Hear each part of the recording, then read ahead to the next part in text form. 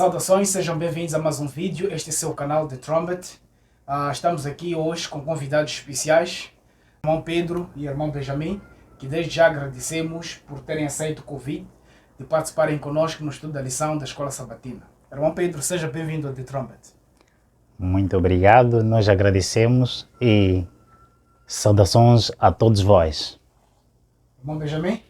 Muito obrigado pelo convite e saudações ao telespectador lá em casa, aos irmãos aqui no estudo, e vamos aprender.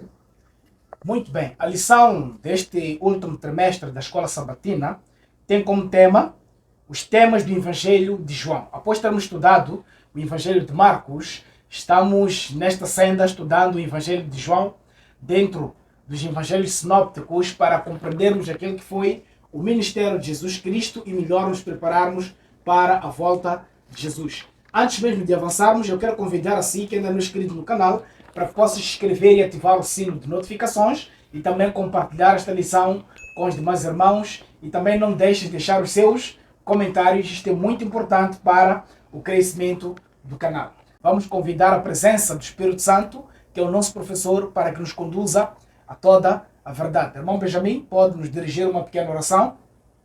Muito obrigado, oremos. Pai eterno que mais alto dos céus habita, te convidamos, Senhor, neste momento, para que possa fazer parte de nós, neste momento, para aprendermos mais uma vez a sua lição, para podermos discernir, descobrir, Pai, os ministérios contidos na sua palavra. Pai, permita que o seu Santo Espírito seja nosso professor, que nos guie em nome do seu Filho, amado Jesus Cristo. Amém. Amém. A lição número 2 tem como tema Sinais da Divindade.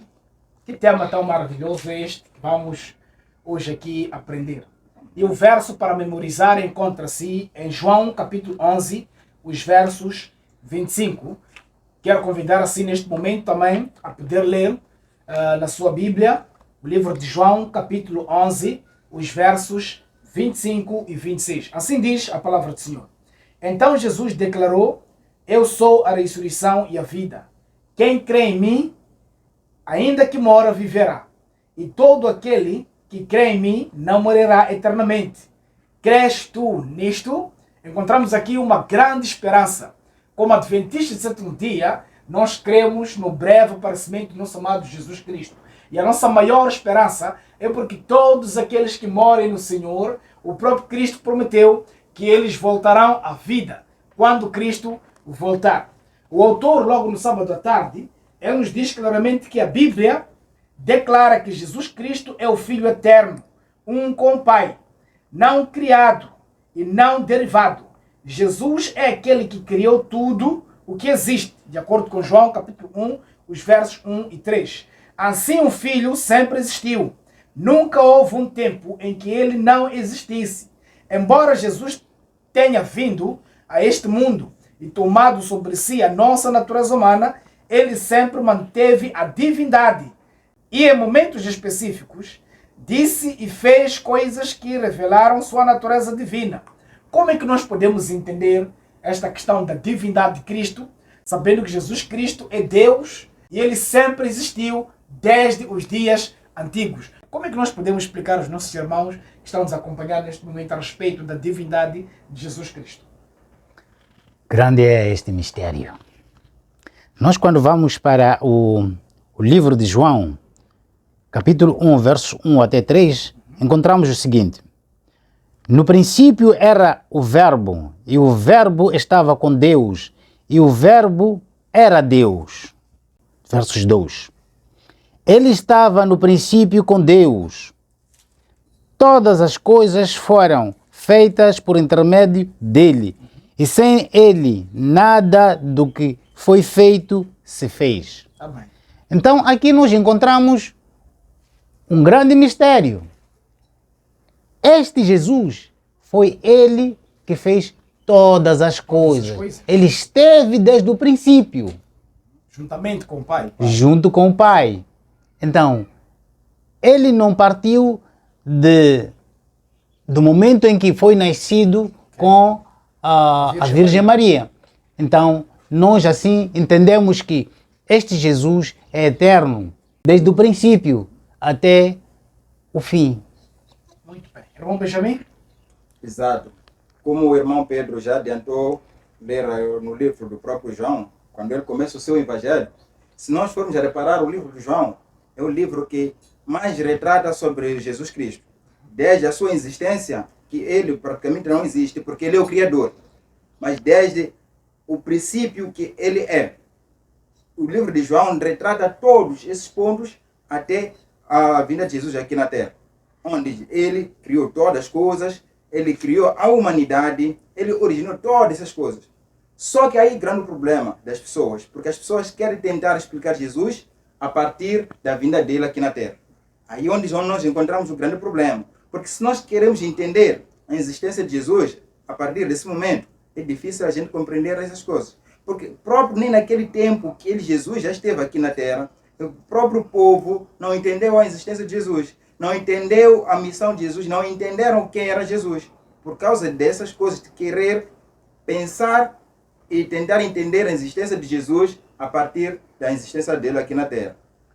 Exatamente. Eu acho que então as pessoas acabam se contradizendo com as Santas Escrituras pelo facto de não compreender o que as próprias Escrituras estão dizendo. É o próprio Cristo que disse: e conhecereis a verdade, e a verdade vos libertará. Então nós precisamos estar atentos no assim diz o Senhor e não os homens. Agora, neste texto que o autor aqui citou, de João, capítulo 1, que o irmão Pedro esteve lendo, nós encontramos algo muito fundamental. Diz que no princípio era o Verbo. Amém. E o Verbo estava com Deus e o Verbo era Deus. Agora, a pergunta que surge: quem é o Verbo? Irmão Benjamin, quem é o Verbo? Bom, se nós formos a ver as Santas Escrituras e nós queremos entender, vamos ver que o Verbo é Jesus. Amém. Por quê? O Verbo era Deus. O Verbo é Jesus. Por isso nós dissemos que o Jesus é o Criador. Por quê? O Deus, que é o Pai, o Deus Pai, ele simplesmente disse, só dizia, haja. E o Verbo criava. Por isso nós dissemos que Jesus é o Criador. Só que o que acontece é o que baralha as pessoas. Querer entender as coisas da Bíblia de uma maneira carnal. Porque no grego, se formos a entender a expressão que vem aqui, que diz, no princípio, o Verbo era Deus. No grego, temos um ponto muito importante, que é a existência do determinante O. Okay. Agora, aqui no latim não temos essa expressão. E o que baralha as pessoas. Porque se formos a seguir no latim, conforme eu dizia, temos o artigo definido O e A. Para podermos entender esta mensagem, vamos recorrer no versículo, no próprio capítulo 1, no versículo 10. Estava no mundo e o mundo foi feito por ele e o mundo não o conheceu. Significa que nós queremos entender as coisas da maneira que nós queremos, mas Jesus sempre esteve aqui no mundo. Jesus é o Criador. Jesus é o Filho. Não estamos a falar do Deus Pai. Estamos a falar do Deus Filho. Ok? Irmão Pedro, como explicar às pessoas que de facto no princípio era o Verbo e o Verbo estava com Deus e o Verbo era Deus? A mesma questão que eu colocava, irmão Benjamin. Quem é o Verbo? Como explicar isto? Muito bem. Nós ainda aqui no João capítulo 1, versos 14, pode viajar conosco aí, abrindo a Bíblia, e vamos encontrar o seguinte: e o Verbo se fez carne e habitou entre nós, amém, cheio de graça e de verdade, e vimos a sua glória como a glória do unigênito do Pai. Então, com essas palavras já nos diz claramente que este Verbo é Jesus.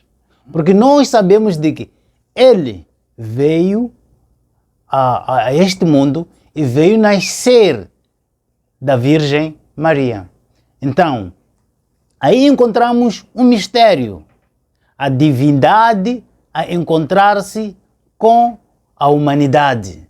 Então esses dois encontram-se e forma-se o homem, Jesus carnal. Então explica-se assim de que o verbo é Jesus. Eu gostei desta parte, onde a divindade encontra-se com a humanidade, para mostrar que Jesus Cristo veio com uma missão. Amém. De vir resgatar o homem caído. Então, quando a Bíblia nos diz que no princípio era o verbo, e o verbo estava com Deus, e o verbo era Deus. Verso 10 diz que o verbo estava no mundo, e o mundo não o conheceu. Isto é muito importante. Significa que hoje, apesar de Jesus Cristo ter vivido neste mundo, tendo sido martirizado na cruz para a remissão dos nossos pecados, há muitos, até nos nossos dias, que ainda não aceitam Jesus Cristo como Salvador. Amém. Mas Cristo esteve aqui no mundo. Assim como os antigos rejeitaram Jesus Cristo, de forma particular o povo de Israel, há muitos hoje que também rejeitam Jesus Cristo, rejeitaram o processo messiânico de Jesus Cristo, que tinha que ver com a nossa redenção. Na lição de domingo, em que nos fala do milagre do alimento para 5.000 pessoas. Nós encontramos isto em João, capítulo 6, dos versos 4 a 5. Aqui o apóstolo destaca que o milagre da multiplicação dos pães e peixes ocorreu perto da Páscoa, a festa que comemorava a libertação de Israel do Egito. O cordeiro pascal substituía a morte do primogênito. Esse sacrifício simbolizava a morte de Jesus por nós. Na cruz, o castigo que merecíamos por causa dos nossos pecados recaiu em Jesus. Que lições podemos tirar sobre a multiplicação de alimento para mais de 5.000 pessoas? Amém. E, de fato, é uma passagem muito especial. É um milagre, é um sinal muito importante. Se calhar é um dos milagres que, se as pessoas parassem para entender, era mais fácil perceber que Jesus é o Cordeiro. Jesus é o pão que desceu do céu. Se formos a pegar neste milagre, este sinal que Jesus fez, podemos recorrer a fazermos um paralelismo com o que Moisés fez. A vinda de Jesus, este Cordeiro, era um sinal da nossa libertação. De que uma vez fomos cativos, fomos escravos no Egito, mas veio esse Cordeiro para nos libertar. Assim como hoje somos escravos do pecado, somos escravos das nossas concupiscências e temos Jesus como o Cordeiro que veio para nos libertar. Porque se o povo de Israel tinha o Moisés como libertador, que eles peregrinaram durante 40 anos pelo deserto, e Deus providenciou o maná do céu, é o mesmo pão que hoje desceu carnalmente para poder nos alimentar e nos libertar deste pecado. Muito bem. Irmão Pedro, o que mais podemos dizer a respeito da multiplicação de pão e peixe para mais de 5.000 pessoas? Jesus Cristo fez esse milagre e muitos viram essas maravilhas e continuaram a seguir Jesus Cristo. Será que hoje as pessoas também seguem Jesus Cristo à espera da multiplicação de pão e peixe? Muito interessante. O irmão Ben falou, o irmão Benjamin, dizendo de que isto nos recorda ou nos traz aquela recordação de Moisés, quando Moisés tirou o povo de Egito para a Canaã. Então, o mesmo Cristo que trabalhou junto com Moisés, dando pão, que era o maná caído do céu, é o mesmo Jesus que vai trazer aqui nesta lição de João, que faz a multiplicação de 5 pães e 2 peixes. As pessoas que lá iam procuravam Jesus. A maioria das pessoas não estavam à procura de Jesus por causa dos milagres que viram. Mas sim, eles procuravam Jesus por causa do alimento. Pão e peixe. Pão e peixe. Porque eles diziam, se nós já temos aqui uma pessoa que pode nos alimentar, se nós precisarmos de trabalhar. Preguiçosos. Então, eles procuravam Jesus. Mas como Jesus sabia o pensamento deles, ele mesmo, quando foi perguntado, ele não satisfez a vontade ou a resposta, não deu a resposta que eles necessitavam. Mas ele mesmo disse, temos aqui uma citação, assim diz, Jesus não lhes satisfez a curiosidade. Disse tristemente, na verdade vos digo que me buscais não pelos sinais que vistes, mas porque comestes do pão e vos saciastes. Não o buscavam por nenhum motivo digno, mas como foram alimentados com pães, esperavam receber ainda bênçãos temporais, unindo-se a ele. O Senhor lhes ordenou, trabalhai, não pela comida que perece, mas pela comida que permanece para a vida eterna. Não busqueis meramente benefícios materiais. Não seja vosso primeiro esforço o prover o necessário à vida atual, mas buscai o alimento espiritual, isto é, a sabedoria que permanece para a vida eterna. Amém. Isso nós encontramos no livro Desejado de Todas as Nações, no capítulo 41, a crise na Galileia. Agora, não sei se me permite, irmão. Sim, sim. Aproveitando aquilo que o irmão Pedro estava aqui a falar, trazendo para hoje, quantas pessoas enchem as igrejas que não estão à busca da salvação, que não estão à busca de Jesus? Quantas pessoas hoje dizem que não posso ir, por exemplo, na igreja adventista, porque a igreja adventista não faz milagres. A igreja adventista não providencia bênçãos. Quantas pessoas estão aí, pastores, digamos que acham que a igreja é a fonte de rendimento. A igreja é a fonte de conseguir o pão. Não quer sair para trabalhar, não quer ter um emprego, porque a igreja vai fazer o quê? Vai lhe providenciar o salário no final do mês. Tantas igrejas que aparecem. Se formos a reparar as igrejas que aparecem agora, a finalidade não é buscar, não é mostrar às pessoas ou levar as pessoas a Jesus Cristo, mas sim buscar o mantimento das pessoas. É mais ou menos isso que eu queria acrescentar. Isto é muito importante, porque o próprio Cristo disse, buscar em primeiro lugar o reino dos céus e todas as coisas vos serão acrescentadas. E ainda mais disse, quando nós estudávamos o livro de Marcos, o que adianta o homem ganhar o mundo inteiro e perder a sua alma? Então, quando Cristo faz a multiplicação de pão e peixe, ele dá mais de 5.000. O ponto principal não era um milagre em si para satisfazer o desejo das pessoas, mas que por meio desses milagres eles pudessem vir a crer que este é aquele a quem os profetas falaram dele, especialmente o profeta Isaías. Cristo, ao satisfazer as necessidades dos homens, a maior preocupação de Cristo ao satisfazer essas necessidades é que o homem se arrependa do seu mau caminho e se converta a Deus, conforme nós vimos logo no verso áureo. Eu sou a ressurreição e a vida. Aquele que crer em mim, ainda que mora, viverá. Mostrando que há uma esperança para aqueles que estão passando por necessidades, mas que Cristo, ao vir, na sua segunda vinda, todos aqueles que morreram em Cristo ressuscitarão primeiro. Então, aqui neste capítulo, conforme estava lendo, e muito bem citado aqui, irmão Pedro, mostra claramente que nós precisamos crer em Jesus, não porque estamos vendo sinais, mas porque Ele é manifesto através do assim diz o Senhor.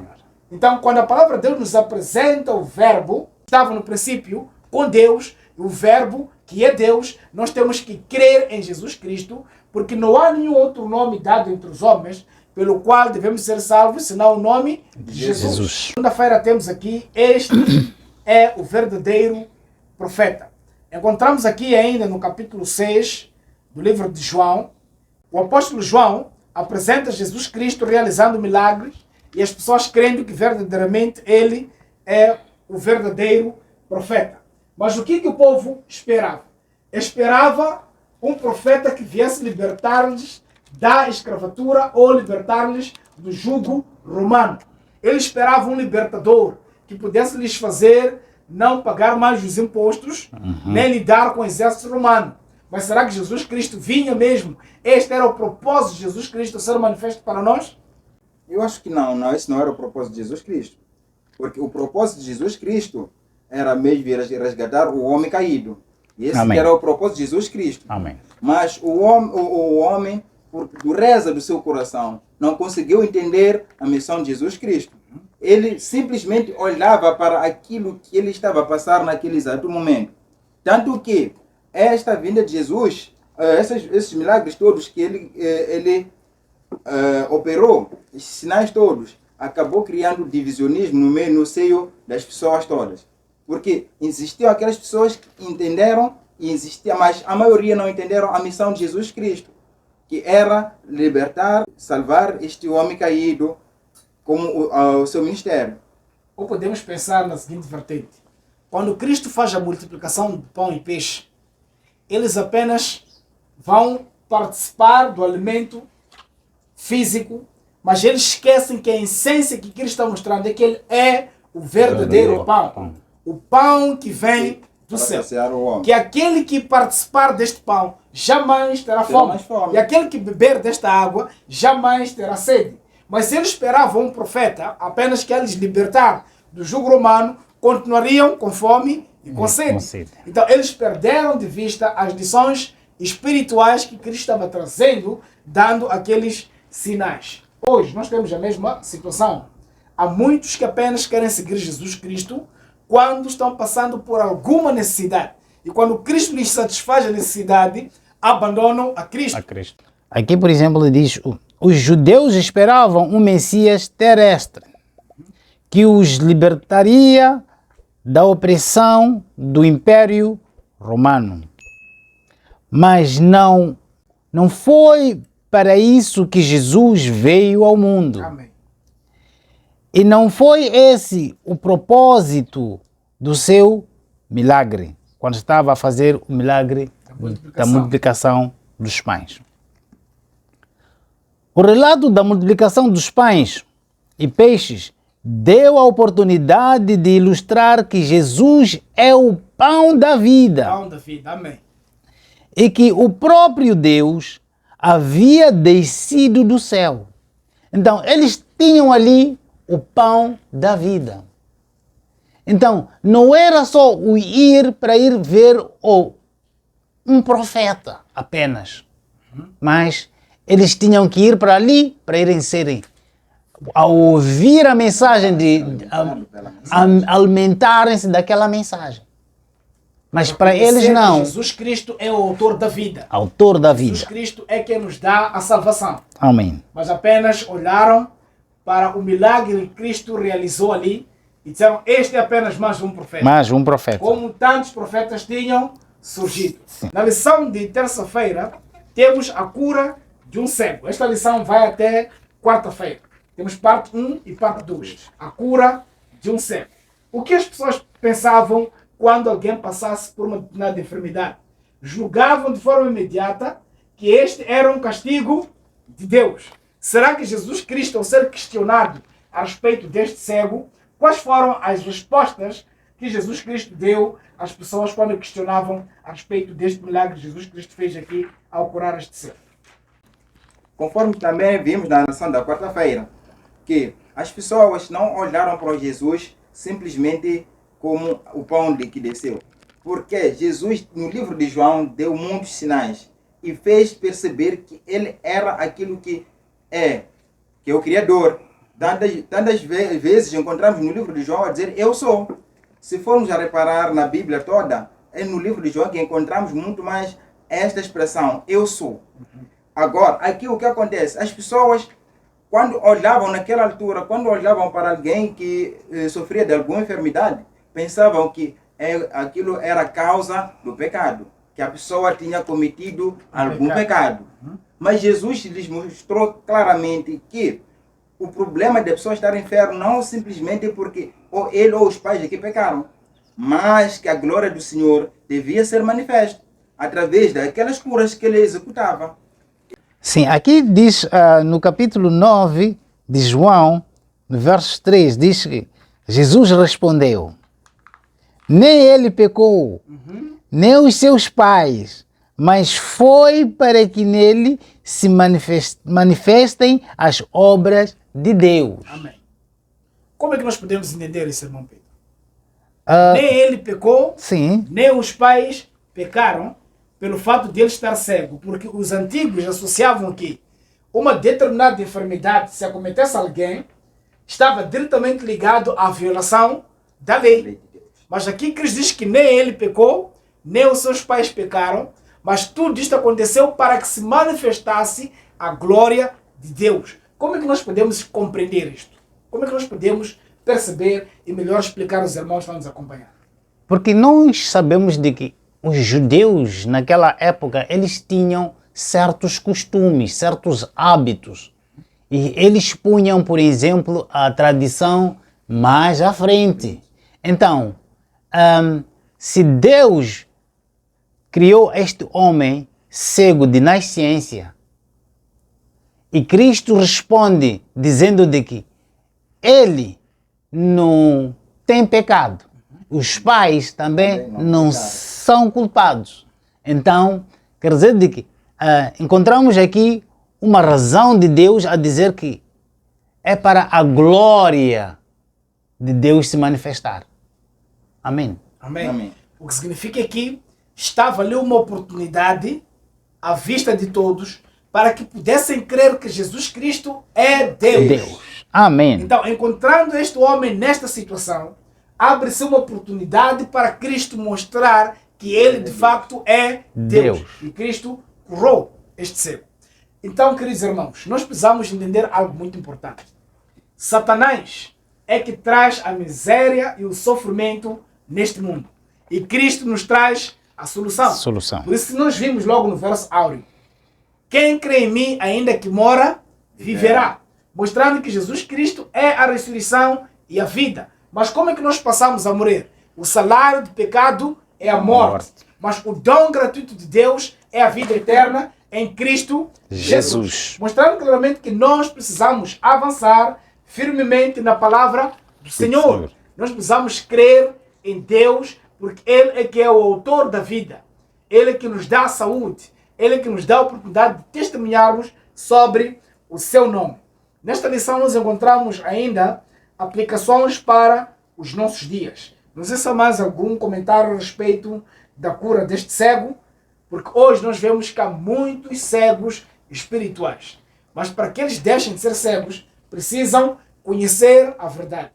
Sim, conforme o irmão Oscar estava a dizer, hoje temos muitos cegos espirituais, porque mesmo naquele tempo existia cegos espirituais.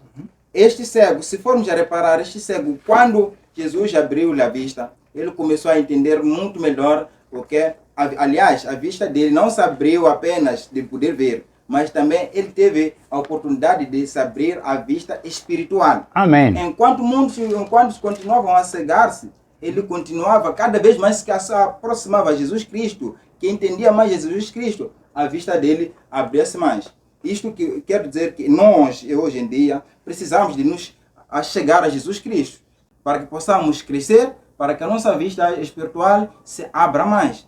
E cada vez mais que nós nos fechamos, cada vez mais vamos nos afastar de Jesus Cristo. Então, é bom que hoje possamos entender a essência de Jesus Cristo, para que possamos crescer com Ele e para estarmos prontos para a segunda vinda dele.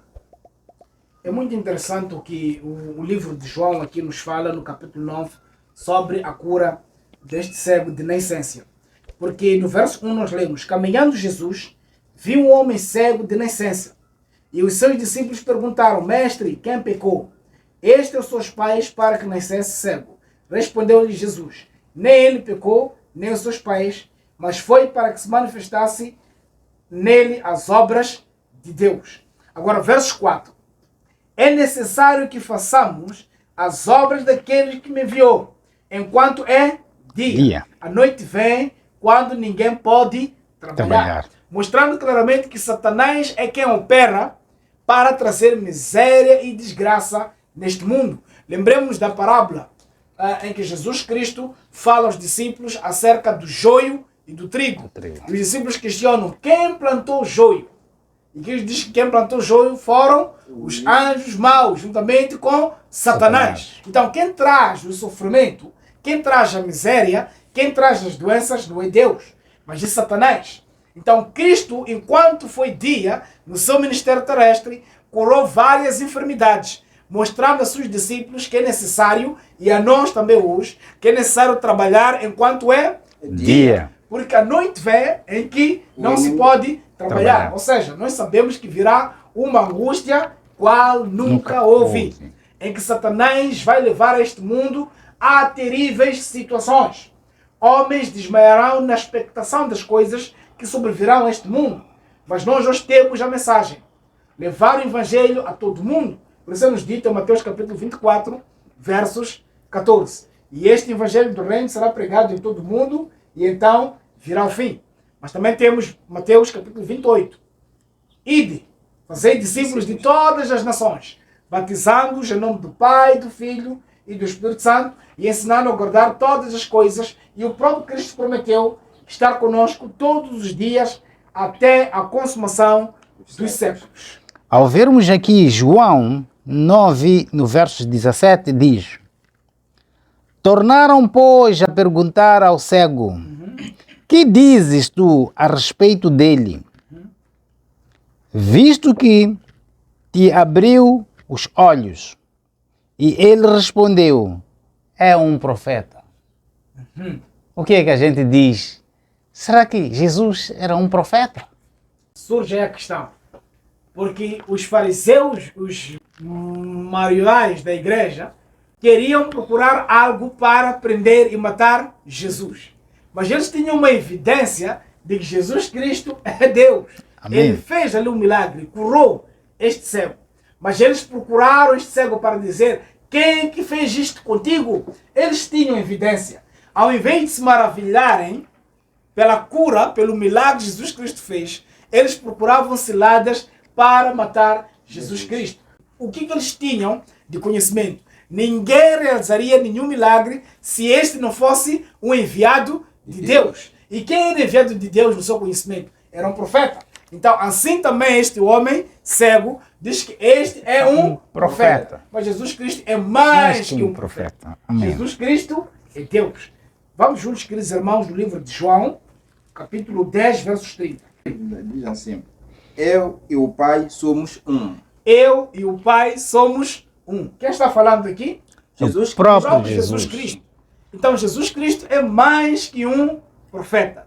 Assim como escreveram os profetas Isaías, Jeremias e mais outros, Moisés, a respeito do primeiro advento de Cristo, Cristo veio para que nós pudéssemos ter a chance da reconciliação com o Pai. E ele veio e morreu no nosso lugar, mostrando que ele tem o poder da ressurreição e da vida. Ele mesmo ressuscitou Lázaro para que nós pudéssemos crer, para que existissem evidências suficientes que ele tem um poder sobre a morte. Então Cristo ressuscitou Lázaro. Esta é a lição de quinta-feira.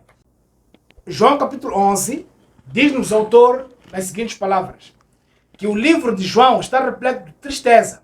A notícia da doença de um amigo querido, o choro pela sua morte, a queixa de irmãs de Lázaro, não teria morrido se Jesus estivesse presente. Mas Jesus demorou 2 dias antes de iniciar a jornada até Lázaro, chegando a dizer que se alegrava por não ter ido antes. Essa atitude não foi de frieza, pelo contrário, teve o propósito de revelar a glória de Deus. Assim como aconteceu naquele homem cego, Cristo havia dito que tudo sucedeu daquela maneira para que se manifestasse a glória de Deus. Mas jazia no túmulo o seu amigo Lázaro.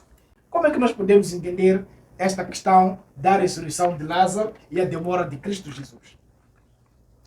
Pronto, nós encontramos aqui a ressurreição de Lázaro. Então, como nós sabemos, Lázaro era muito amigo de Jesus. As irmãs do próprio Lázaro, Marta e Maria, foram para lá onde Jesus se encontrava para dizer de que o irmão Lázaro encontrava-se enfermo. Mas assim, Jesus, recebendo a mensagem, ele já sabia o que havia de acontecer. Exatamente. Então ele deixou que Lázaro morresse. Então ele se demorou. 4 dias ele levou. E quando lá foi, a Maria e a Marta já não tinham mais esperança.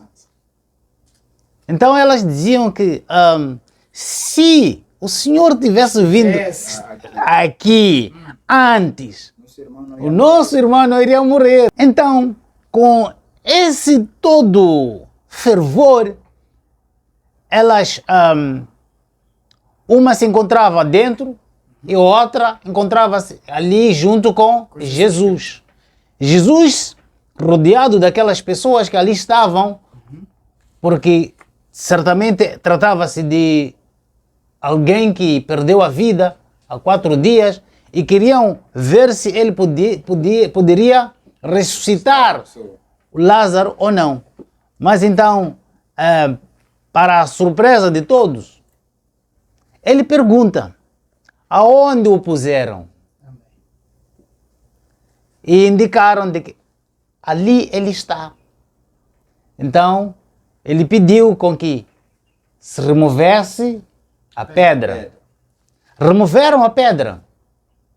Então, ele chamou. Muito cuidado aqui. Jesus chamou Lázaro de nome. Pelo próprio nome.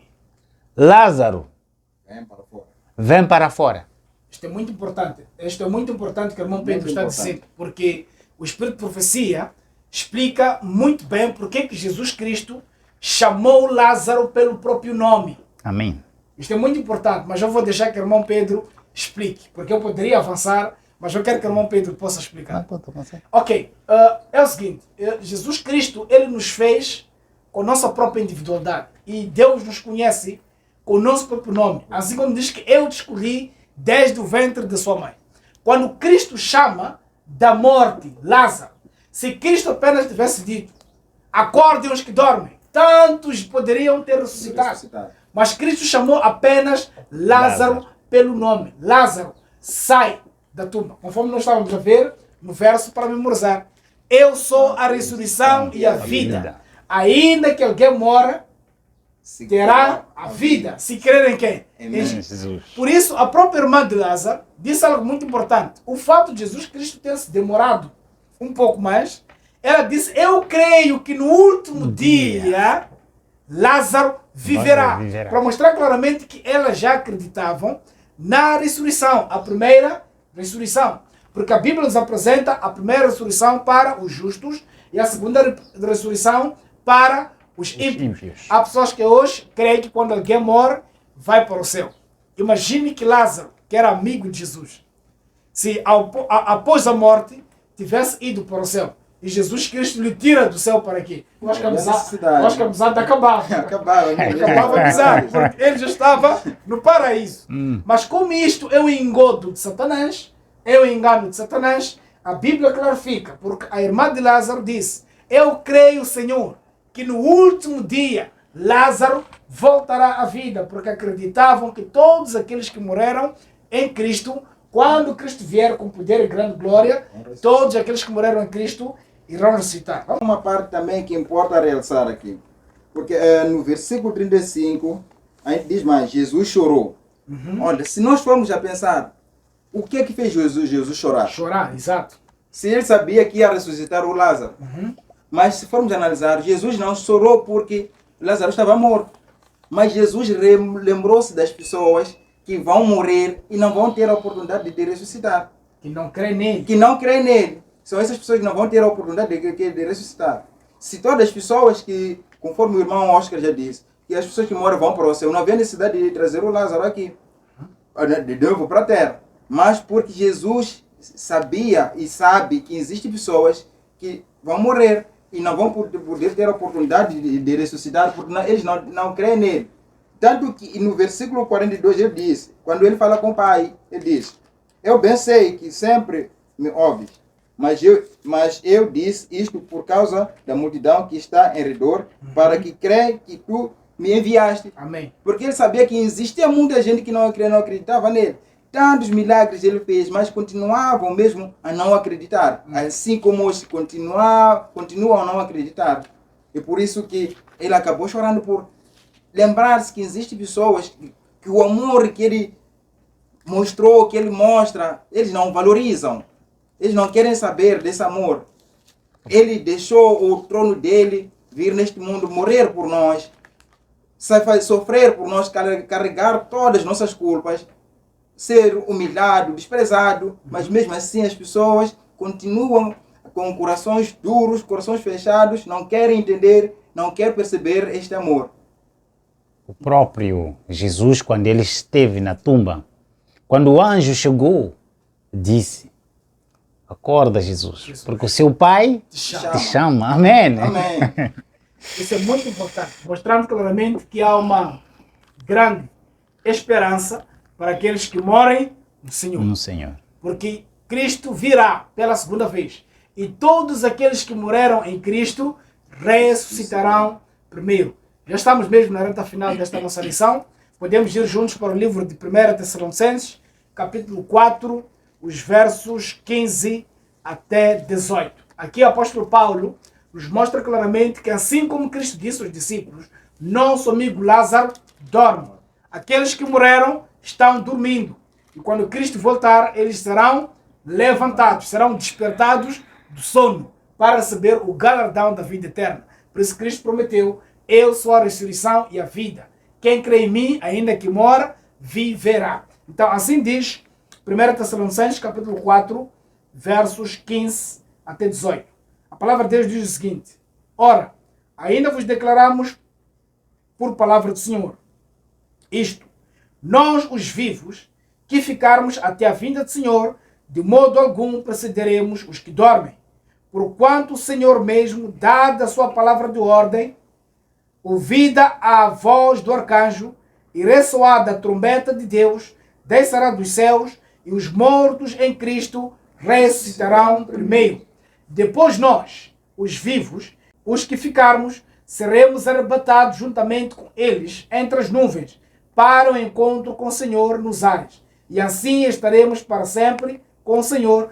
Consolai-vos uns aos outros com estas palavras. Amém. Mostrando claramente que Jesus Cristo, ele é o autor da vida.